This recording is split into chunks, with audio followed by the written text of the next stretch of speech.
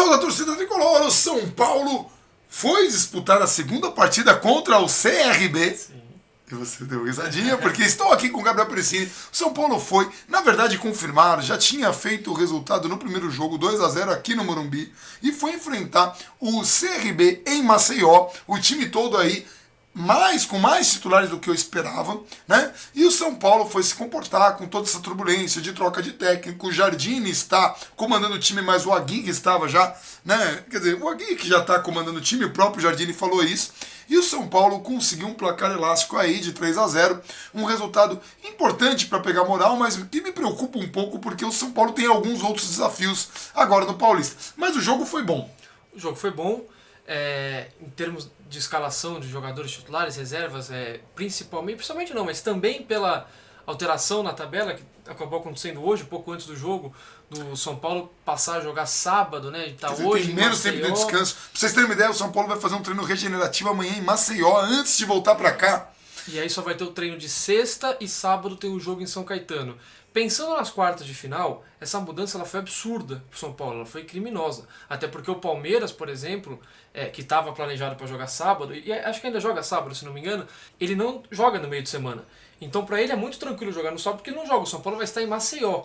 Então até pela vantagem que o São Paulo construiu no primeiro jogo, pela superioridade que o time misto ou reserva teria sobre o CRB, eu não via tanta necessidade de escalar a quantidade de titulares que foi escalada no jogo de hoje. Ainda assim o São Paulo impôs seu jogo, e só para complementar, pensando nas quartas de final, a mudança foi péssima. Numa eventual semifinal, para jogar um clássico, jogar um jogo mais difícil, a mudança da tabela acabou sendo positiva, porque o São Paulo vai jogar na terça e depois provavelmente domingo. Então serão aí 5 dias de descanso. Um jogo mais, em teoria mais difícil, né? Ganhou 2 dias de folga, pensando numa eventual semifinal se passar do jogo contra o São Caetano. E isso com já o Aguirre no comando técnico do time para treinar. Então assim, primeiro vamos falar um pouquinho do jogo. O São Paulo impôs seu jogo, não teve nenhuma dificuldade contra o CRB. O CRB não chegou...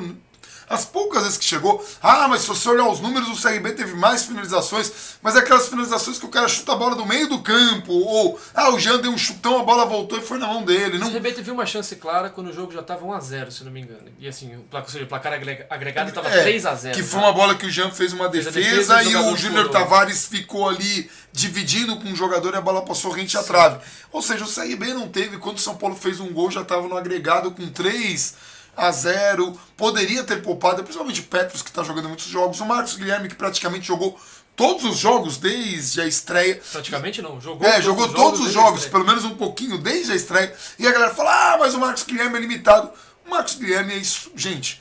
Pensem no jogador que está cansado, que confessou estar cansado, mas que na hora que precisa o cara tá lá, e hoje não foi diferente. O destaque do São Paulo positivo dessas contratações todas que o Rai fez, sem dúvida nenhuma, o Valdívia. O destaque negativo no jogo de hoje, o Trellis, que, nossa senhora, mas ele pode vir jogar e tal. Sim, olha, gente, eu não torço contra o Trellis. É que o pouco que eu vi dele jogando pelo Vitória, quando ele jogava pelo Vitória, que ele era aquele jogador que o clube inteiro jogava, né, pra ele. Era uma referência. Quer dizer, todo mundo jogava a bola pra ele. Eu nunca vi o suficiente pra gente investir o que a gente investiu. Pode dar certo, pode dar, tomara que dê, torço pra que dê, mas eu não vejo, por exemplo, o Telles na frente do Brenner que a gente tem, não vejo mesmo o Brenner sendo um garoto. E não vejo assim, enfim... De qualquer forma, Valdívia é uma grata surpresa jogando bem. Cueva não está jogando bem. Mas é o jogador mais lustro, é o jogador mais habilidoso. Talvez seja o jogador mais habilidoso. Mas reparem que há muito tempo o Cueva não põe o pé numa dividida. Ele salta, ele pula, ele joga um futebol muito burocrático. É que ele sobra, ele tem talento, só que ele não tem vontade. Então ele toca aquela bola de lado, ele faz a coisa com uma certa displicência. E para quem torce muito, acaba irritando. Nada contra o Cueva. Se ele quiser decidir um jogo, um clássico, ele tem condição de decidir. E na memória do torcedor, muitas decisões que ele fez em clássicos, né, dele colocando mão na orelha, traz aquela memória e o torcedor fala, não, o Cueva é o cara, mas faz muito tempo que ele não é. O Cueva estará fora da semifinal, caso o São Paulo passe do São Caetano. O Cueva não jogará a semifinal porque vai estar servindo a seleção peruana, assim como o Rodrigo Caio, que hoje fez um excelente jogo. Aliás, o Rodrigo Caio foi bom na defesa, na condução para o ataque. Muitos torcedores, e assim, alguns seguidores, porque muita gente pegou briga com o Rodrigo Caio e fala, não, repara aí que o Rodrigo Caio, ele tem uma transição lenta, o cara puxou uns 4 ou 5 contra-ataques nos últimos 3 jogos, hoje não foi diferente, o Trellis perdeu um gol. Passe dele, que é a construção dele. A construção foi, ele foi com a jogada, tabelou a bola ali com o Cueva, tocou pro Cueva, o Cueva devolveu para ele tocou pro Trellis perder, e acabou ainda recompensado com os gols. Aliás, vamos mostrar os gols então, que os gols aqui a gente sempre pega do UOL e a gente deixa aí na descrição os gols. Eu tenho que vir aqui em cima só maximizar, e aí vir aqui embaixo e colocar, e tirar o som, senão a gente vai ficar maluco, e vamos lá.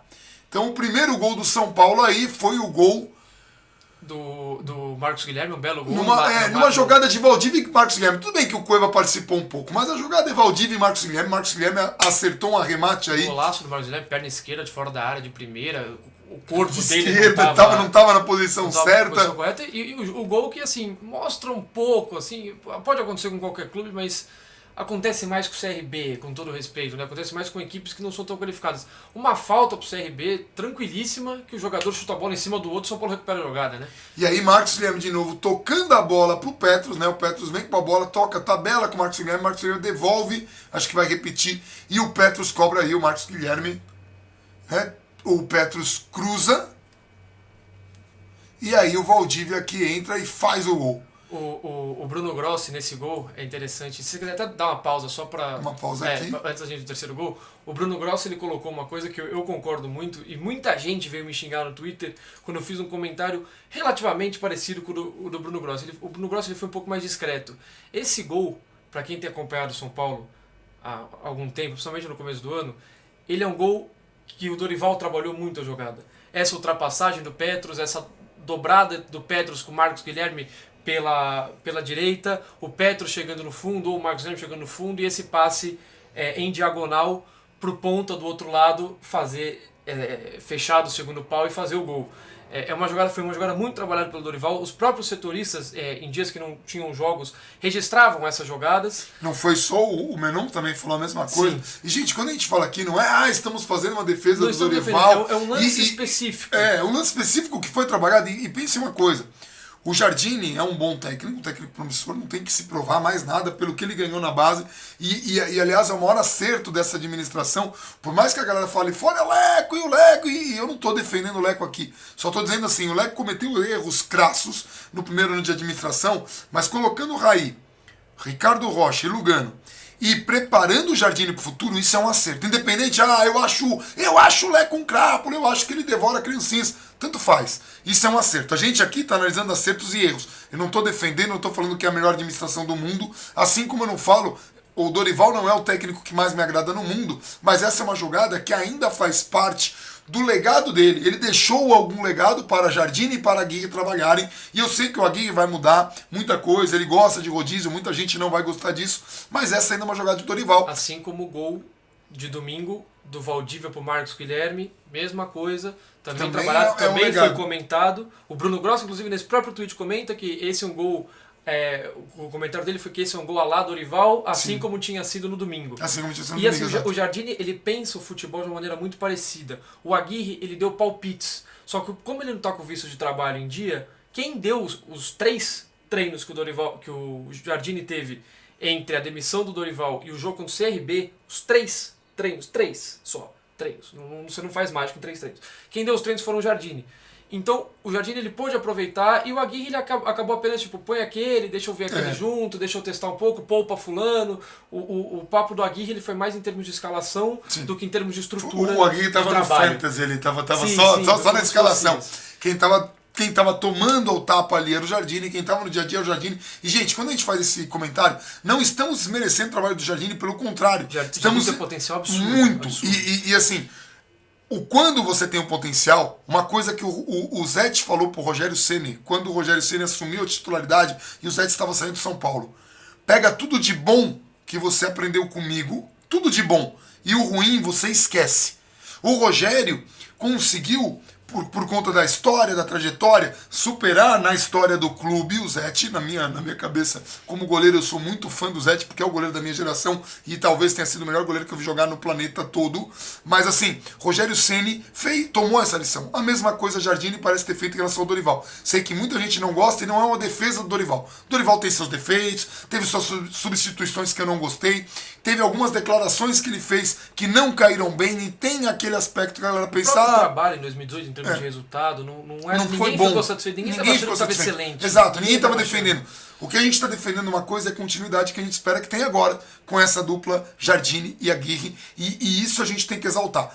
É um passo para frente, independente de quem esteja na presidência. E assim, esqueça essa história, porque enquanto o Leco estiver lá não ganha nada, porque dá para ganhar sim, mesmo com o Leco ou quem quer que venha. E entenda uma coisa, a administração do clube do São Paulo, os nomes que tem ali para substituir o Leco, nossa, são tão danosos quanto talvez até piores. Então assim, a gente tem muito medo. Mas enfim, vamos falar do jogo só de alegria. Vamos pro terceiro gol. Terceiro gol, Valdívia de novo. Então, voltando pro terceiro gol, a gente tinha pausado aqui, Valdívia vem. Em termos de estatística, eu não sei como é que entra o primeiro gol, né? Porque o Cueva ele acaba tocando na bola e dando assistência, mas eu acho que dá pra dizer que são 2 assistências e um gol do Valdívia nesse jogo, né? E essa cobrança de escanteio perfeita, e aí um jogador que pra mim foi um dos melhores no campo e que tá merecendo, o Rodrigo Caio. Hoje o Rodrigo Caio teve inclusive uma coisa assim da malandragem. O Rodrigo Caio teve um pouquinho de malandragem ali num determinado ponto para segurar o jogo. Então a galera que fala, o Rodrigo Caio aprendeu alguma coisa com o lance do fair play? Aprendeu. Infelizmente ele aprendeu que no futebol às vezes você tem que ter a lealdade ali, tem que segurar. Em termos de leitura do jogo também, porque se ele fica do lado de fora... num lance que o Rodrigo Caio tomou a pancada. Exato. E ele rola pra dentro do campo de novo. Porque se ele fica do lado de fora, o árbitro podia exigir que ele continuasse fora para receber o atendimento. E ele voltando pro campo, ele teria tempo de se levantar até o árbitro autorizar que o médico entrasse. Se o médico entrasse, ele seria obrigado a sair do campo. Ele rolou para dentro e falou pro juiz, não preciso de atendimento, que aí ele pôde continuar inteiro na jogada. Na área, e era um escanteio pro CRB, ele pôde continuar. Então assim, gente, às vezes, é o que eu falo, às vezes a gente tem alguns nomes não nos agradam e a gente faz uma leitura diferenciada. Então assim, eu torço muito e acho uma escolha muito interessante o Aguirre. O Jardine e o Aguirre têm uma sintonia muito boa. O Aguirre gosta de rodízio e eu sei que muitos torcedores são paulinos, eu sou muito fã do Osório, mas sou eu, e acho que você também é muito fã do Osório. O Rogério Ceni era muito fã do Osório. E aí pra falar, mas vocês não entendem nada de futebol, o Rogério entende futebol, viveu futebol. E o Rogério Ceni como atleta era fã do Osório e como treinador é fã também. Então assim, esse negócio do rodízio pode não ser bom para todas as equipes do planeta. Eu acho que é sempre legal, mas pode não ser bom para todos. Mas para o São Paulo, que está garimpando novos valores, pode ser uma coisa muito interessante. Então assim, vamos ter um pouco de paciência. Eu sei que é muito difícil pedir paciência nesse estágio, mas o São Paulo está aí galgando resultados. Conseguiu uma vitória expressiva contra o CRB, com um futebol convincente.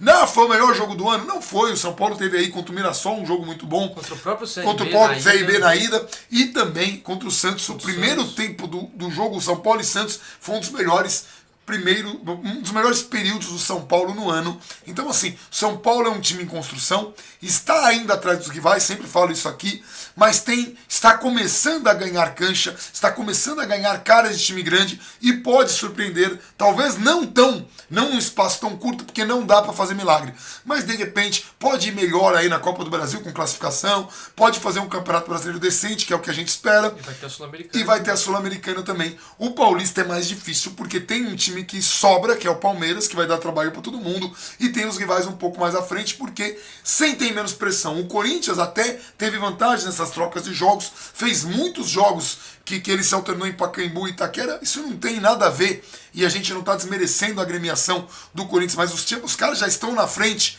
da gente em relação a estarem com títulos de Paulista e Brasileiro. Então qualquer vantagem num esporte de alto rendimento dá muita vantagem para o time. Ainda mais em um ano que o calendário Era tão apertado. É tão apertado. E o São Paulo com esses problemas de ajuste. Então, assim, a culpa não é do Corinthians, a culpa é do São Paulo, que teve administrações ruins nesses últimos anos, incluindo a primeira do Leco. Não estamos Nossa, a gente criticou bastante o Leco aqui. Só que a gente não vai ficar berrando, a gente vai analisar friamente e a gente vai torcer para que as coisas melhorem. Mas hoje é dia de alegria, é dia de vitória e a gente está aí super animados. Inclusive temos aí novidades que a gente vai deixar aqui no link, que não está aqui, mas são os bonés. Os bonés, a gente começou a vender os bonés. Uma galera já começou a comprar os bonés aí, Fala Bandana. Essa é a primeira linha aí do 12. Essa é uma edição especial. Essa edição do 12, ele tem o 633. Você consegue pegar o boné? E enquanto eu vou falando aqui, essa edição, gente, dos bonés, tá na sala, acho que tem o branco, né? Essa edição dos bonés, ela é uma edição especial, que é só esse primeiro lote de 100 bonés que vão ter esse detalhe do 633, que é curioso.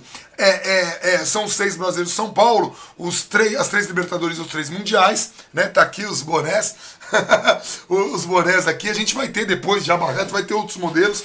Mas aqui, ó, a gente tem esse 633, é só nessa leva dos 100 primeiros bonés. Esses 100 primeiros bonés vão ter esse 633 aqui. Então quem comprar esses 100, somente 100 pessoas terão essa 100 pessoas não, talvez 103, porque a gente acho que ficou com uns bonés pra gente. Então, mas assim, é um número limitado. Depois, no lugar desse 633 aqui, a gente vai ter escrito torcida, porque o 12 são 11 jogadores, o 12 é a camisa do torcedor. Por isso que eu sempre uso o 12, não é por conta de nenhum jogador emblemático, não é por causa do Caleri ou do Sidão, é por causa de ter essa coisa. Não que eu não gosto do Sidão, gosto do Caleri.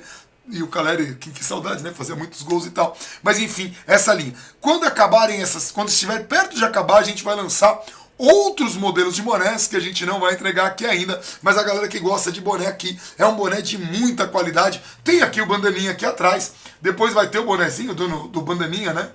Eu sempre me confundo aqui atrás, o bandaninha, né? Então quem comprar vai ter ultra ajustável boné, serve para qualquer tamanho. Até eu com bandana consigo ajustar o boné aqui e colocar. Então tá o link aí do boné e os bonés estão R$ 59,90. Essa é a primeira leva. A segunda leva, os bonés normais custarão R$ 69,90, porque a questão do custo tá aí para produzir e pra gente conseguir alguma coisa para manutenção do site. Então, temos bonés, temos vitórias, temos classificação e sábado, no dia de São Patrick, temos São Paulo e São Caetano. Aliás, olha só, o dia de São Patrick, de um lado nós temos um santo que é o São Paulo, do outro lado nós temos um santo que é o São Caetano, e eu espero que o São Patrick, como é Patrick e Paulo estão mais perto ali, o São Patrick ajude a gente e vamos tentar aí bater o São Caetano para ter uma certa tranquilidade no jogo. Ser verde, né?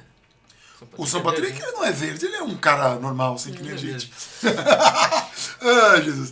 Enfim, ele é verde em função do povo irlandês e tal, mas o São Paulo não tem nada de verde. Aqui a gente é vermelho, branco e preto. Nessa ordem, e esperamos aí a vitória contra o São Caetano para comandar aí essa alegria. Hoje, quarta, sexta-feira, tem texto seu. Sim. Você já tem o tema? Não tem? Não tem ainda, não. Mas na próxima fase da Copa do Brasil, agora não tem mais chaveamento, sorteio. Então o São Paulo pode enfrentar, enquanto a gente está fazendo esse vídeo, o Atlético Mineiro ainda está jogando, deve se classificar contra o Figueirense, então pode acontecer um São Paulo Atlético Mineiro, pode acontecer um São Paulo Internacional. Então assim, o São Paulo ano passado pegou o pior adversário possível, acabou caindo na quarta fase, nessa fase que o São Paulo se classificou agora, para a qual o São Paulo se classificou agora. Então vamos esperar aí o sorteio para saber quem será o próximo adversário da Copa do Brasil, que, se não me engano, será no fim de semana seguinte ou anterior não pode ser que a Sul-Americana, deve ser no fim de semana seguinte à estreia do Campeonato Brasileiro, dia 14 de abril. Ou seja, bem lá pra frente, com tempo pro Aguirre dar uma cara pra esse time, com a ajuda do Jardine. Gente, então assim, não se preocupem, o Jardine faz parte desse planejamento do São Paulo. Vamos acreditar que Raí, Ricardo Rocha e Lugano estão no caminho certo, porque uma coisa eu tenho certeza dessas 3 personalidades. Os 3 têm caráter, os 3 transpiram São Paulo e os 3 estão focados no São Paulo. O Jardine, a gente não tem mais o que falar, é um técnico promissor e vai estar ajudando o Aguirre, e o Aguirre é um técnico que vai deixar esse time muito aguerrido. Eu sabia, eu ia falar isso, eu ia colocar no Twitter, agora não deixou, mas no vídeo não dá pra bloquear. Time aguerrido é o que a gente espera, um time lutador, um time que vai pra cima. É isso, gente, um abração pra todo mundo. Vamos, São Paulo. E até o próximo vídeo. Ah, e na sexta-feira temos uma novidade. Jogos SPFC do nosso Alexandre Gisbrecht, no Twitter, @JogosSPFC. Vídeo novo, programa novo aqui pro canal, falando sobre a história do São Paulo. Primeiro vídeo sobre o nosso primeiro título paulista de 1931, com uma goleada por 4-1 contra o Corinthians, mando do Corinthians. Então, para você que quer conhecer a história de São Paulo, vamos começar com o primeiro título. Vamos começar, e vem muitas histórias, nem sempre boas, algumas histórias vão ser tristes, mas a gente vai contar toda a história de São Paulo. Vamos imergir, a gente vai ter aí Tática no Fala Bandana aqui no canal. Então você que gosta do canal, curta o canal, compartilhe, mostre pros amiguinhos, clica no sininho, enfim, vocês sabem o que tem que fazer, eu não sei direito ainda. E a Vives me dá bronca, a Vives que não tá aqui hoje, porque ela teve que resolver uns problemas do site, mas a Vives, um beijão pra ela. E é isso, um abração pra todo mundo agora sim. Vamos São Paulo, e até o próximo vídeo.